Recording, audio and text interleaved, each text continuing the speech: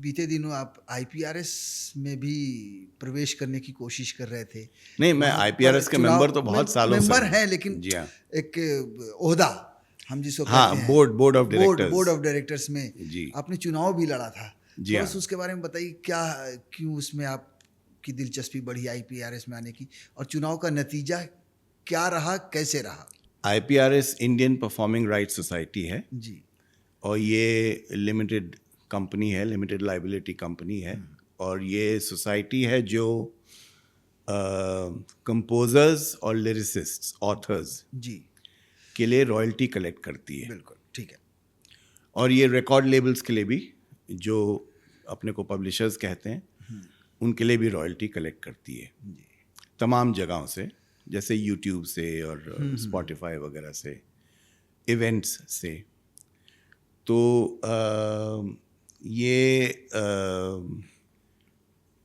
Society है, इसमें बहुत साल से है। ये 1969 में एस्टैब्लिश हुई, जी लेकिन इसकी पकड़ जो है वो मेरे ख्याल से 2000 ऑनवर्ड्स इसकी पकड़ जो है मजबूत हुई और वैल्यूबल हुई और कलेक्शंस अच्छे आने शुरू हुए।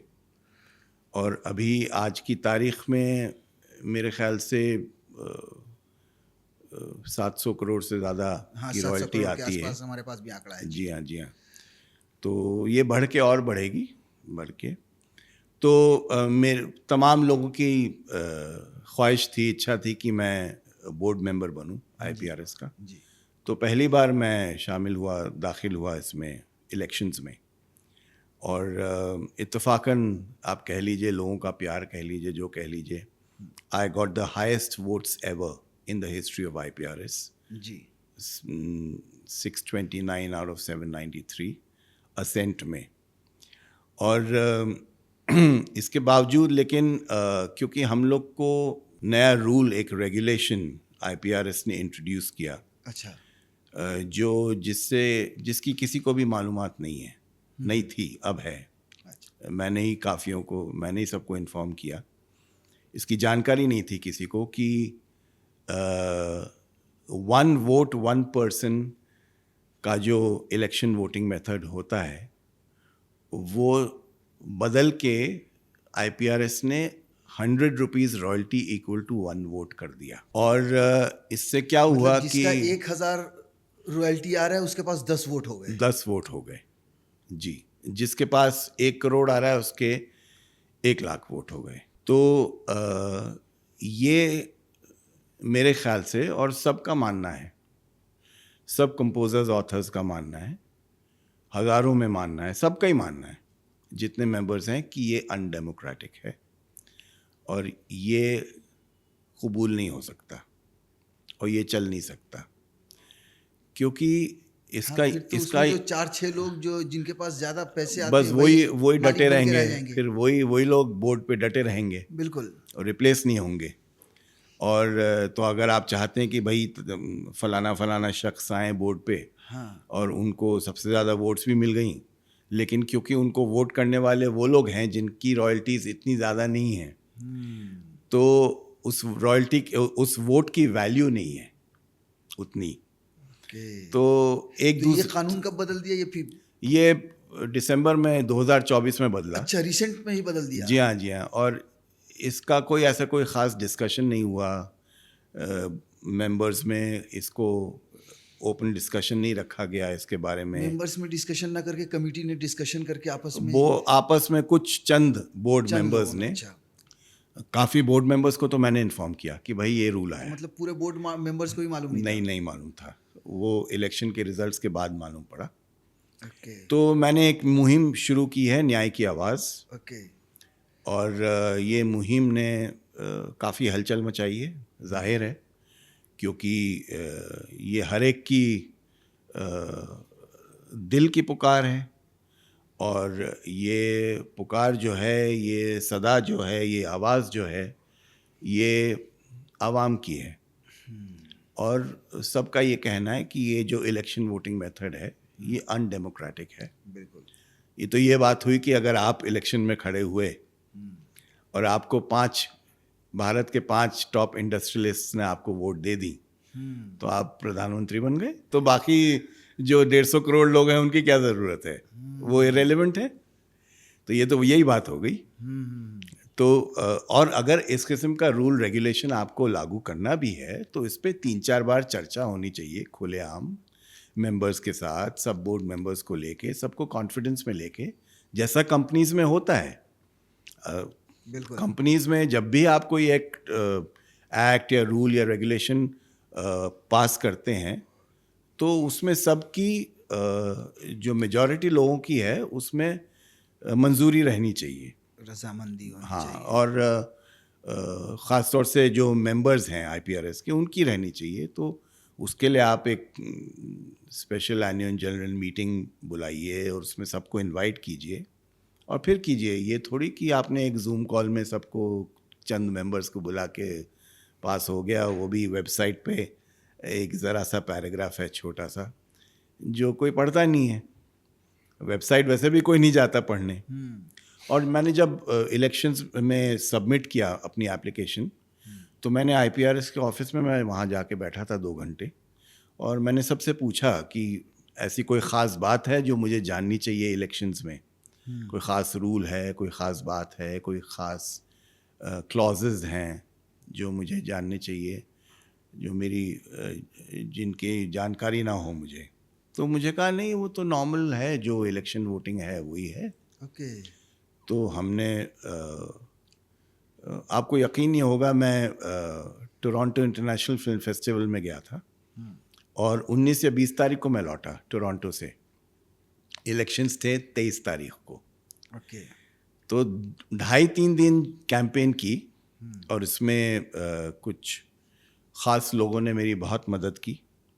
मैं यहाँ पे उनका नाम ही नहीं लेना चाहता क्योंकि उनके लिए थोड़ा ऑकवर्ड हो सकता है, लेकिन उन लोग ने मेरी बहुत सहायता की और मैं शुक्रगुजार हूँ उसके लिए। और वो लोग भी चाहते हैं कि ये न्याय की आवाज़ जो उठाई है ये अपने पूरे जो इसका जो मकसद है वो पूरा हो और ये मुकम्मल हो। और इलेक्शन वोटिंग मेथड को चेंज करके 1 person 1 vote for author and composer and 1 person 1 vote for record label publishers का होना चाहिए इलेक्शन वोटिंग मेथड।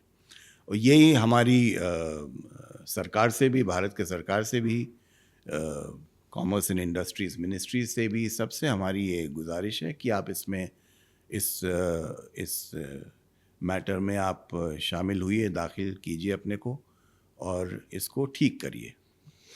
आईपीआरएस में आने के बाद आप क्या देख रहे हैं, कौन से सुधार की गुंजाइश है? क्योंकि अगर मैंने पहले भी आईपीआरएस पे प्रोग्राम किए हैं, उसमें मुझे अच्छी चीज़ें लगी कि जो गुजर गए हैं या जो बूढ़े हो चुके हैं जी, उनको पैसे मिलते हैं, रॉयल्टी मिलती है, उनको उनका अधिकार मिलता है। आईपीआरएस पैसे वसूलता है लाइसेंसी से और देता है लोगों में, तो ये अच्छा काम है। आप क्या उसमें सुधार करना चाहेंगे या क्या आपको लगता है? ये गलत फहमी है कि जो बुजुर्गवार कंपोजर्स हैं जो ज़िंदा हैं उनको अच्छी रॉयल्टी आ रही है। ये ऐसा नहीं है, ऐसा बिल्कुल नहीं है। चंद लोगों को बहुत अच्छी रॉयल्टी आ रही है। चंद लोगों में वो कौन लोग हैं? जैसे कुछ ख़ास कंपोजर्स हैं, कुछ ख़ास राइटर्स हैं, लिरिसिस्ट्स हैं जिनको बेशुमार रॉयल्टी आ रही है। और ज़रूरी नहीं है कि जिसके गाने खूब बज रहे हों, जिसके यूट्यूब वगैरह पे बिलियंस ऑफ व्यूज़ हों, उनको उस मुताबिक की रॉयल्टी आ रही हो, ऐसा नहीं है। और ये भी ज़रूरी नहीं है कि जिनके गाने ख़ास नहीं बज रहे, जिनके व्यूज़ वगैरह तमाम जो एडवर्टाइजिंग रेवेन्यू है वो ख़ास नहीं आ रहा, उनको कम रॉयल्टी आ रही है, ऐसा भी नहीं है। उनको काफ़ी लोग ऐसे हैं जिनको इन प्रोपोर्शन ज़्यादा रॉयल्टी आ रही है। तो इसमें एक ट्रांसपेरेंसी की ज़रूरत है, एक जिसे कहते हैं पारदर्शिता की ज़रूरत है। और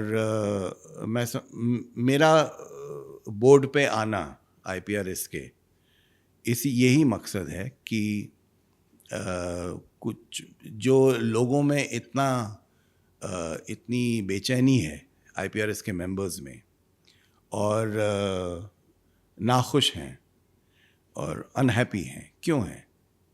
इसकी वजह यही है कि भाई जिसको जो मिलना चाहिए रॉयल्टी के तौर पे नहीं मिल रहा। तो ये सब चीज़ों को सुलझाने के लिए मेरी विनम्र कोशिश है कि मैं बोर्ड पे आऊं और इन तमाम मामलों को एड्रेस करके जहां तक ट्रांसपेरेंसी हो रॉयल्टी कलेक्शन की, अच्छा, और रॉयल्टी डिस्ट्रीब्यूशन की, दो ये दोनों चीज़ों में ट्रांसपेरेंसी नहीं है।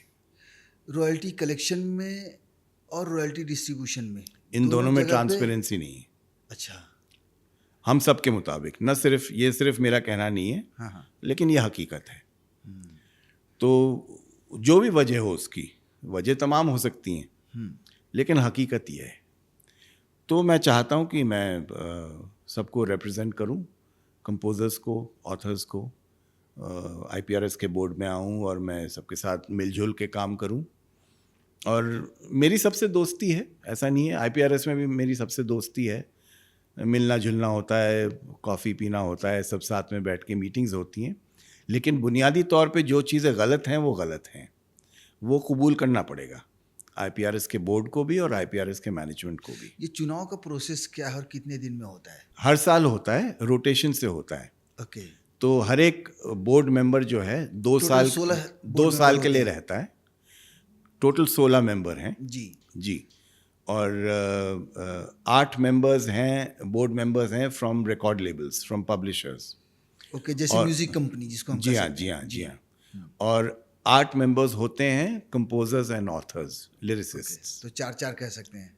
4 तो नहीं है, 5 और 3 का रेशियो है। ओके, अभी शायद 5 और 4 का हुआ है रेशियो, अभी हाल ही में, वो भी कोऑप्ट करके आउट ऑफ इलेक्शंस। जी, तो हम तो चाहते हैं कि भाई ये जो इनजस्टिस है इसको ठीक किया जाए। तो ये हम चाहते हैं कि ये जो अनइक्वालिटी है और ओपेकनेस है, जो ट्रांसपेरेंसी नहीं है, इसको इसमें सुधार लाया जाए। और मैं समझता हूँ बड़ी आसानी से लाया जा सकता है, ऐसी कोई इसमें एक चीज़ और है सर, कोई ये जो रॉकेट साइंस नहीं हाँ, है ये बिल्कुल कोई। बिल्कुल। जी हाँ, ये जो चुनाव जो लड़ते हैं या जो चुनाव में खड़े होते हैं, फॉर एग्जांपल जो पब्लिशर की बात कर रहे हैं कि 8 पब्लिशर होते हैं बोर्ड में, तो म्यूज़िक कंपनी में उससे ज़्यादा तो है नहीं, तो वो कभी बदलेंगे ही नहीं क्योंकि दूसरा कोई नया आएगा ही नहीं। जी बिल्कुल। तो वो जो 8 के 8 तो फिक्स है। देखिए, क्योंकि अगर आप रॉयल्टी कलेक्शन, जो आपका वोटिंग पैटर्न है, वो अगर रॉयल्टी कलेक्शन पे है, तो जो बड़ी बड़ी कंपनीज हैं उनको सबसे ज़्यादा रॉयल्टी आती है, तो नहीं, मैं उनकी उस सबसे हिसाब से ज़्यादा आपने- वोट्स रहेंगी। नहीं, वो तो वैसे हुआ, मैं उस हिसाब से कह रहा हूँ कि जैसे म्यूज़िक कंपनी है, जो पब्लिशर है, जी, वो मुश्किल से 8 से 10 ही हैं। नहीं है तो बहुत। अच्छा, हमारी कंपनी अच्छा, भी, रीजनल भी हमारी मिला के जो होंगी। मेरी खुद की रिकॉर्ड लेबल है स्वीट हाँ, बीट्स, हाँ हाँ हाँ, वो भी रजिस्टर्ड है आईपीआरएस में, ओके। लेकिन यंग कंपनी है, हाँ, समझ 6 गया। साल जो- पुरानी कंपनी जो है। बड़े लोग हैं वही बैठे रह जाएंगे। हाँ, वही डटे रहेंगे। हाँ, रॉयल्टी के हिसाब से जितनी जी हाँ, रॉयल्टी जी आएगी हाँ, वो बैठे जी रह हाँ, जाएंगे। जी हाँ। तो उनको रिप्लेस करना नामुमकिन होगा वर्चुअली। अच्छा, और तो ये एक तरह से मोनोपोलिस्टिक चीज़ हो गई कि भाई जो बड़े लोग हैं वही बैठे रहें, जो ज़्यादा अमीर हैं, डीप पॉकेट्स वाले हैं, वही बैठे रहें। ये अनडेमोक्रेटिक प्रोसेस है, ये डेमोक्रेसी में नहीं चल सकता। और किसी भी ऑर्गेनाइजेशन बिल्कुल में बिल्कुल। तो हर साल जो चुनाव होता है उसमें 2 लोग नए लोग आते हैं। उसमें रोटेशन से होता है। तो फर्ज कीजिए अगर आप मैं इस साल जीत बोर्ड गया। पे हूँ, हाँ, तो आप 2 साल के लिए रहेंगे, फिर 2 साल के बाद आप इलेक्शंस के लिए ड्यू हो जाएंगे। नहीं लड़ सकते 2 साल नहीं, के आप लड़ सकते हैं। अच्छा, लड़ सकते हैं। हाँ, री इलेक्शन। तो 23 सितंबर 2025 में जो इलेक्शंस हुए बोर्ड मेंबर्स के, हाँ, I was the only outsider. Okay, बाकी सब लोग री इलेक्शंस में थे, री इलेक्ट होने के लिए खड़े हुए थे। I was the only outsider. और सबसे ज़्यादा वोट आपको मिले थे। जी, इत्तेफाकन तो लोगों का प्रेम है, लगाव है, और कह सकते हैं एक तरह से भरोसा है, ट्रस्ट है कि भाई मैं IPRS बोर्ड में जाके कुछ तब्दीलियां लाऊं जिससे सबका फ़ायदा हो। तो इस मकसद से ही मैं खड़ा हुआ था, और क्या मकसद हो सकता है, वैसे ही इतनी मसरूफियत है ज़िंदगी में। न्याय की आवाज़ की जो ये मुहिम है, ये कोशिश जारी है। हमें मालूम है कि हमने बहुत हलचल मचाई है अभी पूरी इंडस्ट्री में, और अभी और मचेगी, क्योंकि जब तक ये अपने जिसे कहते हैं ना मकसद को पूरा नहीं करती, जो है कि भाई इलेक्शन वोटिंग मेथड को आप बदलिए, 1 वोट 1 पर्सन होना चाहिए, और ट्रांसपेरेंसी होनी चाहिए रॉयल्टी कलेक्शन एंड डिस्ट्रीब्यूशन में। मुहिम जारी रहेगी जीतने तक। और जीत ज़रूर होगी, जीत निश्चित है, जीत पक्का होगी, क्योंकि सच्ची लड़ाई है, ईमान की लड़ाई है, और सबका साथ है। तो इस वजह से मैं समझता हूँ, और सबको उम्मीद है कि मुझे चुना है लोगों ने, इसके लिए तो मैं सबका बहुत आभारी हूँ और शुक्रिया अदा करता हूँ कि मुझ पे इतना ट्रस्ट किया लोगों ने। भाई एक ओपेकनेस है, ट्रांसपेरेंसी नहीं है, तो जब पूरी तरह से पारदर्शिता आ जाएगी तो सब मामला पूरा ओपन में आ जाएगा, खुलासा होगा, और जिसको जो जितना ड्यू है वो मिलेगा, और यकीनन मिलेगा, और लोगों को भरोसा करके मिलेगा कि भाई हाँ ठीक है, ये हमें सब चीज़ें दिखा रहे हैं, ओपन में है कि भाई यहाँ से इतना आया, यहाँ से इतना, यहाँ से इतना आया, और इतना फलाना को इतना गया, क्योंकि इतनी आई। तो जब वो हो जाएगा मामला तो सब खुश हो जाएंगे।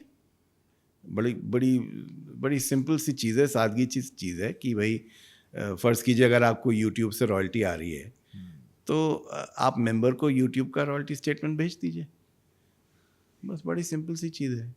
और जो रॉयल्टी आई है यूट्यूब से, आप वो मेंबर को यूट्यूब के रॉयल्टी स्टेटमेंट के साथ आप मेंबर को भेज दीजिए, और क्या, बड़ा सिंपल सा मामला है। जी हाँ।